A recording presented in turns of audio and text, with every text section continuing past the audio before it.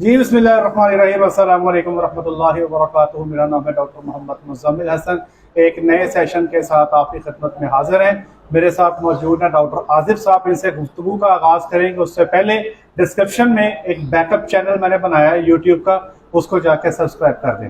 Doctor Asif साहब मेरे student भी हैं, ज़रूरी यूनिवर्सिटी फैसलाबाद से ग्रेजुएटेड हैं, DVM हैं, और इनसे हम आज इंफॉर्मेशन लेंगे। ये बेसिकली क्लाउड एग्री में एम्प्लॉयड है इस वक्त, और साइलेज के हवाले से, साइलेज में इस्तेमाल होने वाले इनाकुलेंट के हवाले से हम आज आपको बड़ी ही आसान अल्फाज में इंफॉर्मेशन देंगे। डॉक्टर साहब हमारी हेल्प करेंगे। डॉक्टर साहब ये बताइएगा, हमारी जो ऑडियंस है ना डॉक्टर साहब, वो बहुत ही बेसिक सी ऑडियंस के तौर पे आपने लेना है। आप समझ रहे हैं कि आपने जो बात करनी है, आपको सुनने वाले वो लोग वो हैं जो ज्यादातर 80% जो है इंग्लिश नहीं जानते।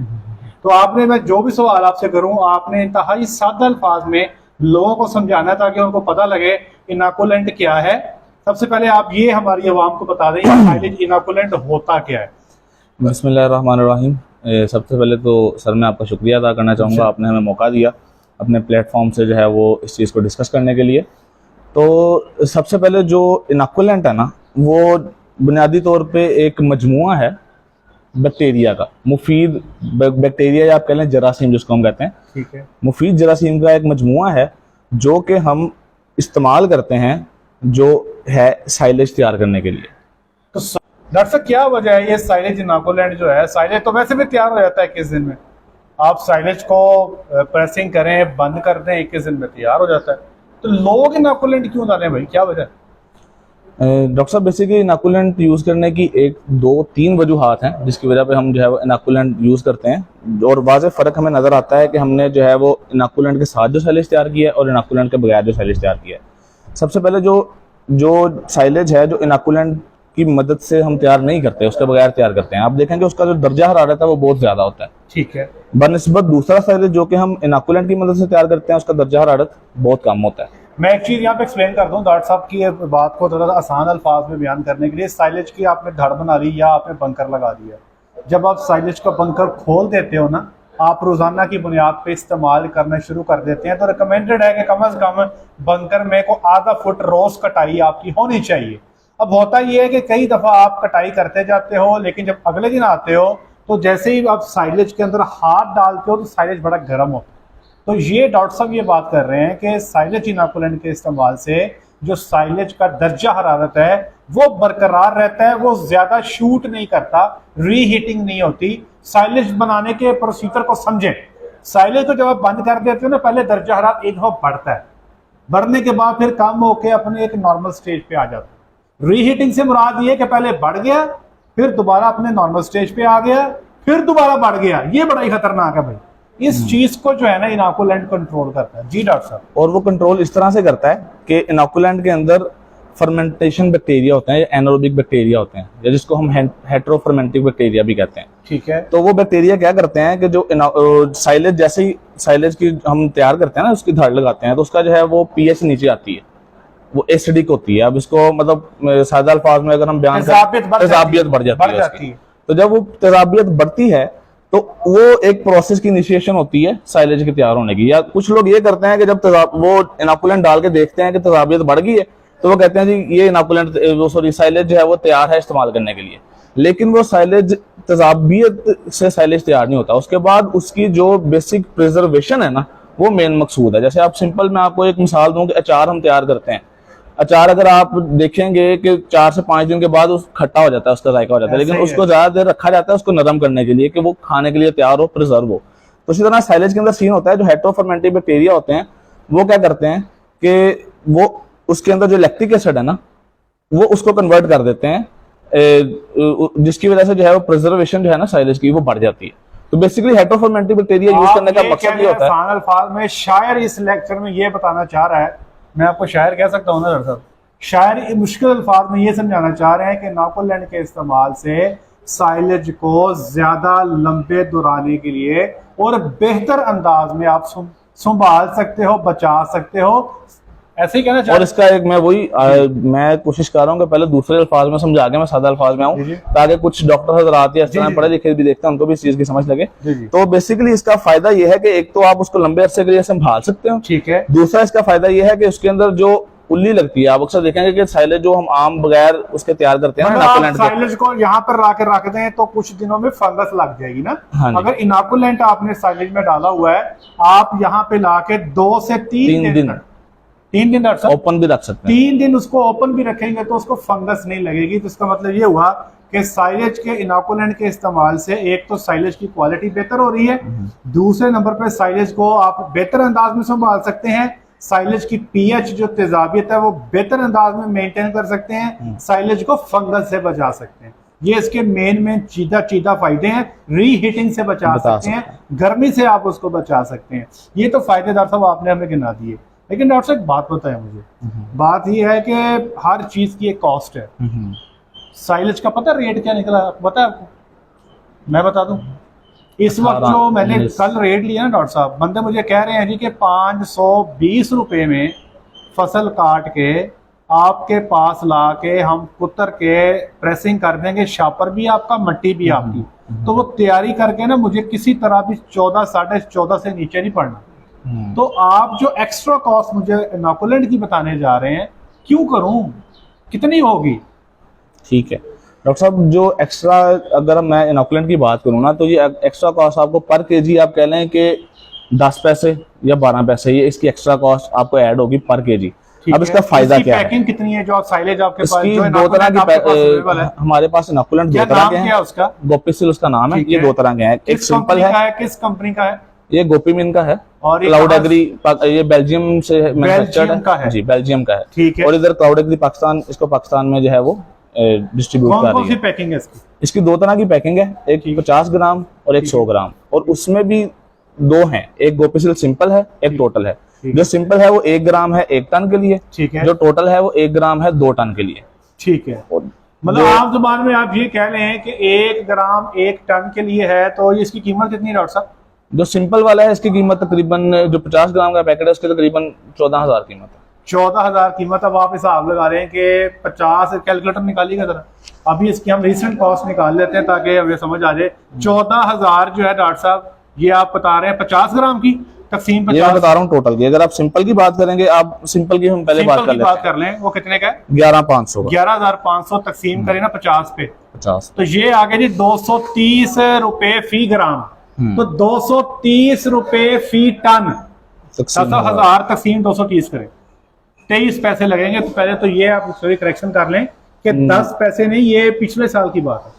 पिछले साल जब महंगाई कम थी तो वाकई 10 पैसे लगते थे, अब ये 23 पैसे आपके लगेंगे फी केजी। अब आप टोटल की बात करें, वो आप टोटल की मैं बात 14,000 का, 14,000 तकसीम 50, ये हो गया 280, मतलब ये 28 पैसे पड़ेंगे। नहीं जी, 28 पैसे नहीं पड़ेंगे, सॉरी, इसको 2,000 रुपए तकसीम करना, जिसको 2,000 रुपए करना आपको, तो ये 14 पैसे, 12-14 पैसे जो 14 पैसे जो है जो गोपीसिल टोटल और जो गोपीसिल सिंपल है वो आपको 23 पैसे फी केजी कॉस्ट करेगा। एडवांटेज क्या मिलने वाले हैं जी आपको? साइलेज प्रिजर्व ज्यादा अच्छा होगा, अच्छे से पीएच मेंटेन होगी, फंगस कम लगेगी, बल्कि नहीं लगेगी, कंट्रोल में रहेगी, और साथ ही साथ आपका जानवर का पीएच जो है साइलेज का मेंटेन रहेगा। ये कुछ एडिशनल एडवांटेज है जो आपको इसके इस्तेमाल से जो है आपको मिलने वाले हैं। डॉक्टर साहब बात बताइएगा, कॉस्ट के हिसाब से भी आपको थोड़ा इसका बेनिफिट बता देता हूँ। हम अगर बात करते हैं ना कि जो उल्ली लगती है, जिसको फंगल लॉस कहते हैं, उल्ली लगना जिसको कहते हैं, उसकी वजह से अगर देखेंगे कि अगर बगैर हम साइलेज के इनोकुलेंट के साइलेज तैयार करते हैं तो उसके ऊपर एक काली तय हो जाती है, वो और कुछ भी नहीं तो मिनिमम 2 से 3 इंच तो होती है। देखिए डॉक्टर साहब, यहाँ से मैं ना थोड़ा सा खिलाफ करूंगा, आपको इजाजत है? देखिए डॉक्टर साहब, ये जो फंगस की जो लेयर लग जाती है ना ऊपर, सबसे टॉप लेयर लगती है, सबकी नहीं लगती। हाँ, हमारे पास हम कई दफा साइलेज बनाते हैं, इनोकुलेंट नहीं इस्तेमाल कर पाते, नहीं लगती। अगर साइलेज को अच्छी तरह दबा दें, इतनी अच्छी तरह दबा दें कि आप उसके ऊपर चल सकें, और आपके चलने की वजह से उस साइलेज के अंदर गड़े ना बने, प्रेसिंग अच्छी तरह टॉप से कर दें, आपके साइलेज की टॉप लेयर खराब नहीं होगी, ठीक है। लेकिन खराब होती कैसे, मैं आपको ये बताता हूँ। खराब होती ऐसे है कि हमारे अमूमी तौर पे जब साइलेज काटा जाता है ना, लेबर करती है बेएहतियाती, साइलेज को ऐसे बराबर कटना चाहिए। अगर मिसाल के तौर पे 30 फुट चौड़ी और 150 फुट लंबी आपने तार लगाई है ना, तो रोजाना का 30 फुट चौड़ाई में आधा फुट लंबाई में कटना चाहिए। अब लेबर क्या करती है, किसी एक नुक्कड़ से शुरू कर देती है, इस नुक्कर से शुरू कर दिया, इस नुक्कर से शुरू कर दिया, सेंटर से शुरू कर दिया, तो जो साइडों पे साइलेज बच जाता है ना, जो 2-3 दिन तक जिसकी कटाई नहीं होती, उसको फंगस लगना शुरू हो जाता है। यहाँ पे फिर इनोकुलेंट आपको हेल्प करता है कि ये इसको 3 दिन तक जो है फंगस लगने से बचाता है। यहाँ पे जो लॉसेज आपके आते हैं, ये आपको उन लॉसेज से बचाता है। और दूसरे नंबर पे जो रीहीटिंग होती है ना, मतलब दोबारा ज्यादा गर्म हो जाना साइलेज का, उससे कुछ न्यूट्रिएंट्स का, कुछ अज्जा का लॉसेज जो है ना उनके हो जाते हैं, कुछ लॉसेज होते हैं, साइलेज की क्वालिटी में फर्क आता है। तो रीहीटिंग जब नहीं होगी तो डेफिनेटली साइलेज के जो कीमती अज्जा हैं वो उसके अंदर रहेंगे। इसको हम कहते हैं leach down of important quality nutrients. तो वो जो है आपका ये जिसको बचाता है। ऐसे एक सवाल पूछा जाता है, सवाल ये पूछा जाता है कि साइलेज के इस्तेमाल से 7 दिन में, इनोकुलेंट के इस्तेमाल से साइलेज तैयार हो जाएगा, तो आपके इसके ऊपर क्या राय है? नहीं डॉक्टर साहब, ये एक मिसकंसेप्शन है। वही मिसाल जो मैंने आपको पहले दी है कि साइलेज अगर आप इनोकुलेंट के इस्तेमाल से करेंगे तो साइलेज तो 4-5 दिन में उसकी जो है वो पीएच नीचे आ जाएगी, फर्मेंटेशन स्टार्ट हो जाएगी, फर्मेंटेशन हो जाएगी। लेकिन बेसिकली हमारा पर्पज है साइलेज को प्रिजर्व करना, उसको अच्छी तरह से तैयार करना, ताकि उसके जो अंदर न्यूट्रिएंट्स हैं वो मुकम्मल तौर पे प्रिजर्व हो सकें। अच्छा, वो जो न्यूट्रिएंट्स वाली बात आपने की है कि हीटिंग से जो उसके अंदर प्रोटीन डैमेज होती हैं या उसके न्यूट्रिएंट्स डैमेज होते हैं, अब हम इनोकुलेंट से उनको बचा तो रहे हैं, लेकिन उनको प्रिजर्व भी तो करना है ना। एक चीज में यहाँ पर बात करूँ, देखिए जी, मैं इसका ना कोई एक्सपर्ट नहीं हूँ, मैं इस एक्सपर्ट नहीं हूँ। ये मेरे साथ मेरे 2 शागिर्द भी हैं, दोस्त भी हैं, भाई भी हैं।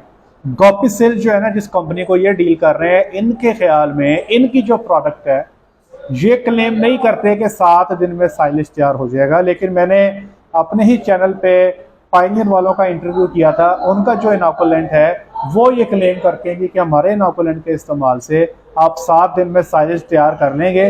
अब ये इनका पॉइंट ऑफ व्यू है, ठीक है जी। जो दूसरा पॉइंट ऑफ व्यू है वो भी मैंने अपने चैनल पे एक्सप्लेन किया है। बाकी आप भी फर्दर इसको स्टडी करें, गूगल पे, नेट पे चले जाएं, बहुत सारा डाटा अवेलेबल है। लेकिन मेरी एक रिक्वेस्ट है आपसे कि आप इनोकुलेंट का इस्तेमाल लाजमी करें और साइलेज को इस तरह से बनाएं कि आपके पास जब 20 से 25 दिन का साइलेज रह जाए, आपके पास अगला साइलेज जो है वो आप उसकी धड़ को बंद कर दें।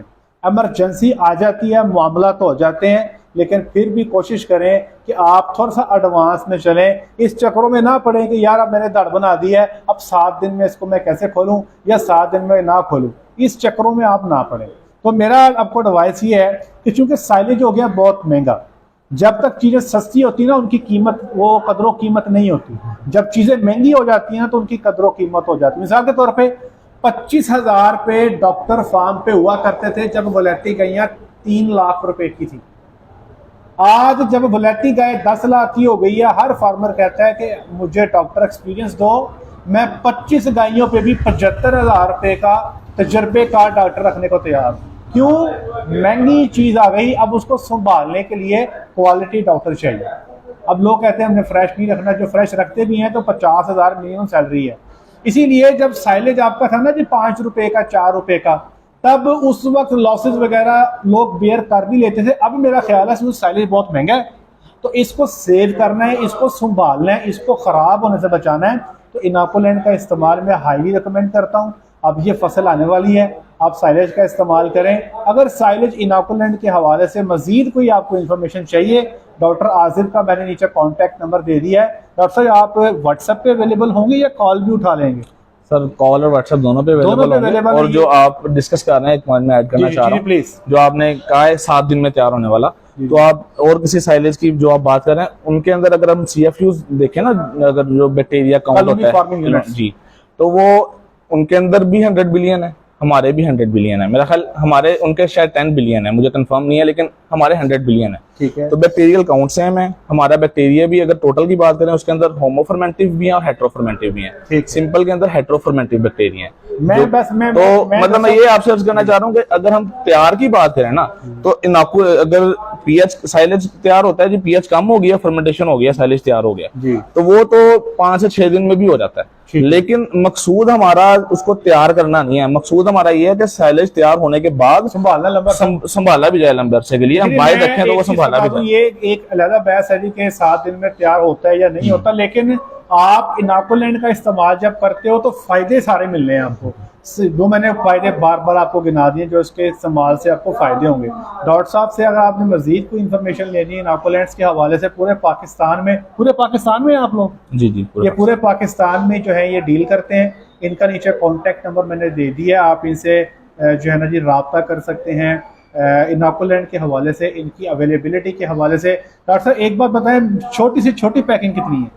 तो 50 ग्राम की छोटी से छोटी पैकिंग 50 ग्राम की है। 50 ग्राम का मतलब ये हुआ कि 50 टन के लिए इस्तेमाल कर सकते हो। 50 टन का मतलब ये हुआ कि अगर आपकी 1 एकड़ में 20 टन प्रोडक्शन है तो 2.5 एकड़ की जो है कम से कम 2.5 एकड़ की बोतल आपको इस्तेमाल करनी पड़ेगी। इस्तेमाल का तरीका जल्दी से बता दो। इस्तेमाल का तरीका ये है कि 1 ग्राम अगर आपने एक टैंकी ले लेनी है, अगर 50 ग्राम उसको आपने तैयार करना है तकरीबन 60 लीटर पानी में। 50 ग्राम को 60 लीटर पानी में तैयार करना है। टैंकी अमूमी तौर पे हमारे जो यहाँ पर होती है ना, ये जो विलेजेस में होती है 20 लीटर वाली होती है, उसी के लिए मैं बताने लगा था कि 3 हिस्से कर लेने हैं। 3 टैंकियां तैयार कर लेनी है। तो आपने 3 टैंकियां तैयार कर लेनी है और उसको फिर आपने इस तरह से करना है कि जैसे जैसे साइलेज चौप होके आता है तो वो जो धागा हम लगाते हैं वो लेयर साथ साथ उसके ऊपर साथ एक बंदे को देने का स्प्रे करता है। इसमें धूप का कोई रोला तो नहीं? इसमें जब स्प्रे करते हुए कोई मसला नहीं है, लेकिन ये है कि जो साइलेज रखना है ना, उसको प्रिजर्व करना है, उसकी ट्रांसफर करनी है, वो आपने धूप में नहीं करना।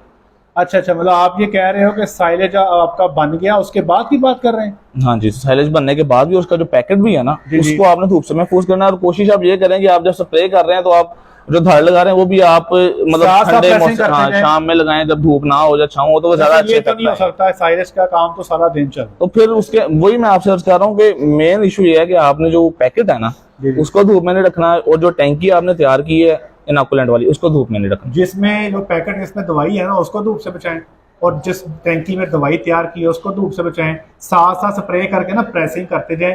तो ये तरीकेकार है जी इसका इस्तेमाल करने का। 3 टैंकियां बनानी है। पानी कौन सा इस्तेमाल करना है ये बता दें। आम पानी इस्तेमाल कर लें? आम पानी इस्तेमाल कर। चलें, ये भी डॉक्टर साहब ने क्लियर कर दिया। मजीद इन्फॉर्मेशन के लिए इनका नंबर दे दिया, आप इनसे रब्ता कर सकते हैं। डॉक्टर साहब आपका बहुत शुक्रिया, आपने हमारी अवाम को कोशिश की है कि आसान अल्फाज में इनोकुलेंट आपको समझा दें। आज के लिए इतना ही, अपना ख्याल रखें, दुआ में याद रखें, 5 वक्त की नमाज बाजमात अदा करें। अस्सलाम वालेकुम।